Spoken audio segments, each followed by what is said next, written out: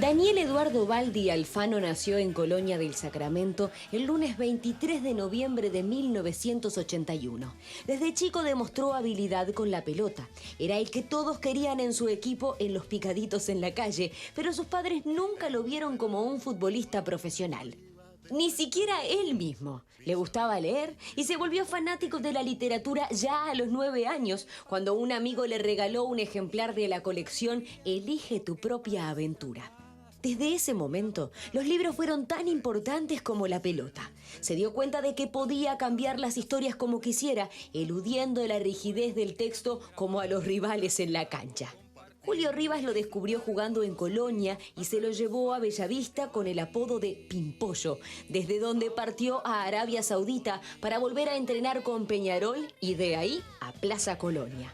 Corrió atrás de la pelota en Italia, Argentina y México. Mientras tanto, escribía cosas que se fueron transformando en libros.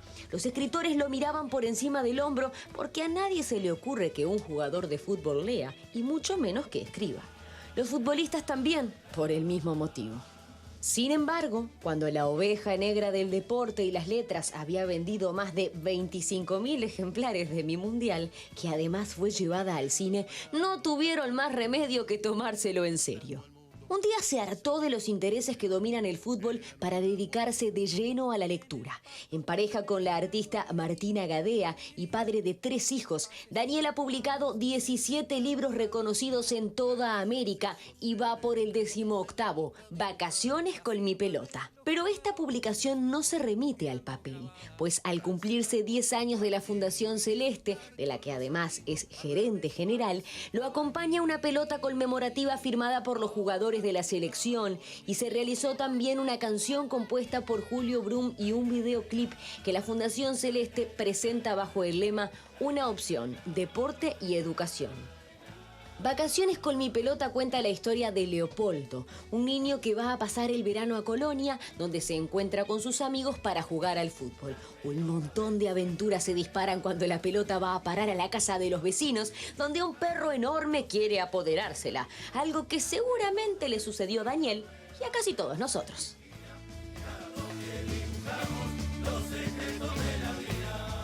Gracias, Daniel, por la visita. Bueno, gracias. Ha sido un placer. Ha sido un placer.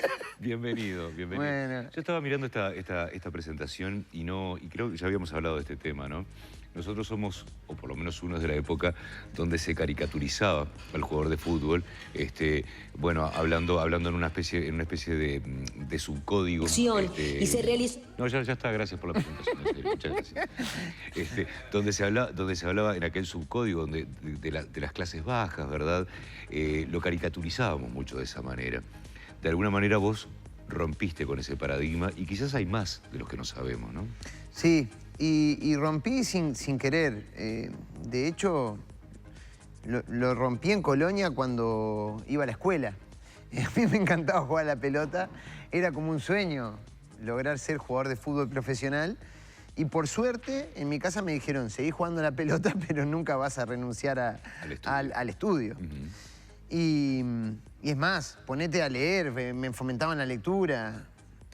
También quise ser músico, pero por suerte hoy no tengo un instrumento acá porque fui siempre un desastre. Pero digo, siempre la rama artística y demás fomentada. Y yo creo que tiene que ser así. Cuando la vida me puso en una cancha de fútbol firmando mi primer contrato profesional, dije, qué lindo, voy a ser jugador de fútbol. Y al mismo tiempo pensaba, che, pero qué feo, voy a ser solo jugador de fútbol, ¿no podré ser otra cosa? Y una carrera con una Porque fecha de aparte caducidad muy temprana. Está ese prejuicio instalado de que si sos jugador de fútbol no servís para otra cosa en la vida. Y los jugadores de fútbol tenemos que cargar, no nos gusta eso. Por suerte cada vez nos estamos corriendo de ese lugar. De hecho, esta selección uruguaya yo creo que es fiel reflejo de eso, porque se metieron los jugadores a luchar por sus derechos. Qué locos, ¿no? Qué increíble. Cómo los jugadores, me acuerdo periodistas diciendo, no nos gusta que el jugador de fútbol se dedique a otra cosa que no sea la de jugar al fútbol. Claro. Se empezaron a dar cuenta que el jugador de fútbol es una persona que piensa, razona y muchas veces está rodeada por suerte, de gente mala, pero de gente muy buena que aconseja bien. Es lo que te iba a decir, Daniel, porque yo, por lo poco que sé de fútbol, hay una cuestión que viene ya de chicos, ¿no? Cuando la familia pone toda su ilusión en ese único integrante que es el más chico, además todavía, el más vulnerable, en que sea jugador de fútbol, en la presión que recibe fuera de la cancha, ¿verdad? Después cuando se va, porque no es que después de que terminó el partido te tomaste el bondi y hablas de qué lindo el paisaje, se sigue hablando del partido también, claro, y de qué desempeño tuvo él. Muchas veces no del cuadro, del desempeño individual. Claro. Bueno, yo creo que el éxito de mi mundial, que ahí se mostraba en la presentación, es en parte eso, porque describe eso. Un niño que termina siendo preso y presa, las dos cosas, de su condición, de ser un genio en el fútbol. ¿Por qué digo esto? Porque ya empezás a ser el distinto en las reuniones familiares, empezás a ser el diferente en las reuniones de amigos, empezás a ganar dinero y admiración cuando tus amigos recién están terminando el liceo y empezando a ver qué van a hacer de su vida. Mirá, este ya tiene un sueldo, este ya... Los representantes se acercan a vos y muchas veces te facilitan un auto, ropa, dinero. Te empezás a creer que la vida es fácil. Y después muchas veces, lamentablemente, la vida te tira y te da contra el piso, demostrándote que no es tan fácil. No, y además te saturan de fútbol, porque, claro, porque de lo único que te van a hablar de en fútbol, el entorno familiar, tus amigos y demás, es de Pero fútbol. Aparte había un cliché en el fútbol, como que vos tenés que ser jugador de fútbol las 24 horas. Y yo digo, no, por Dios, que les va a dar algo en la cabeza. Sean jugadores de fútbol profesionales, cuídense, todo, pero sean muchas cosas más. Porque si son jugadores de fútbol las 24 horas va a ser un estrés permanente que cuando tengan 35, 36, 38 años y se quieran retirar, no van a saber qué hacer de su vida. Porque lo único que fueron durante 24 horas toda su vida fueron jugadores de fútbol. Y entonces el retiro del futbolista es algo que no se lo prepara. Parece que van a ser jugadores de fútbol toda la vida. Y realmente es muy angustiante porque con 40 años se encuentran con un mundo nuevo y muchas veces no saben qué hacer. Y terminan haciendo el curso de entrenador de fútbol porque creen que no pueden hacer otra cosa. Cuando bienvenido, las oportunidades y las posibilidades que te da el fútbol son infinitas. No solo para el fútbol en sí, sino para la vida. Daniel, yo estaba viendo, bueno, tú has podido llevar no son dos vidas porque fue siempre la tuya, pero por lo menos dos condiciones paralelas, que fue el fútbol y el escribir. Y me imagino que debe ser, para vos debe haber sido tan emocionante, la primera vez que el entrenador te dijo profesionalmente, entra a la cancha, como la primera vez que dijiste, voy a escribir. Sí. Bueno, cuando me lancé a escribir, fue gracias a Tolkien, el autor del Señor de los Anillos, que yo no podía creer que una persona pudiera imaginarse todos esos mundos y esa historia que es los Hobbit y demás. Y digo, a ver, voy a tratar de escribir fantasía. Me lancé a escribir un cuento de fantasía y ahí fue un golpe que me di con la realidad de que la fantasía no era lo mío, no podía escribir, era un desastre. Y sigo siendo un desastre.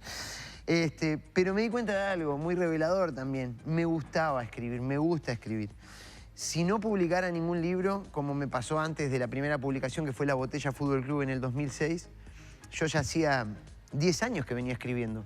Y yo me imaginaba que no iba a publicar nunca. Y escribía casi que a diario. Cuando publiqué, continué en esa carretera, digamos. Me hace bien, es mi cable a tierra. Yo todas las mañanas me levanto y escribo. Y muchas veces estoy escribiendo cosas que no sé si algún día van a ver la luz. Quizá no.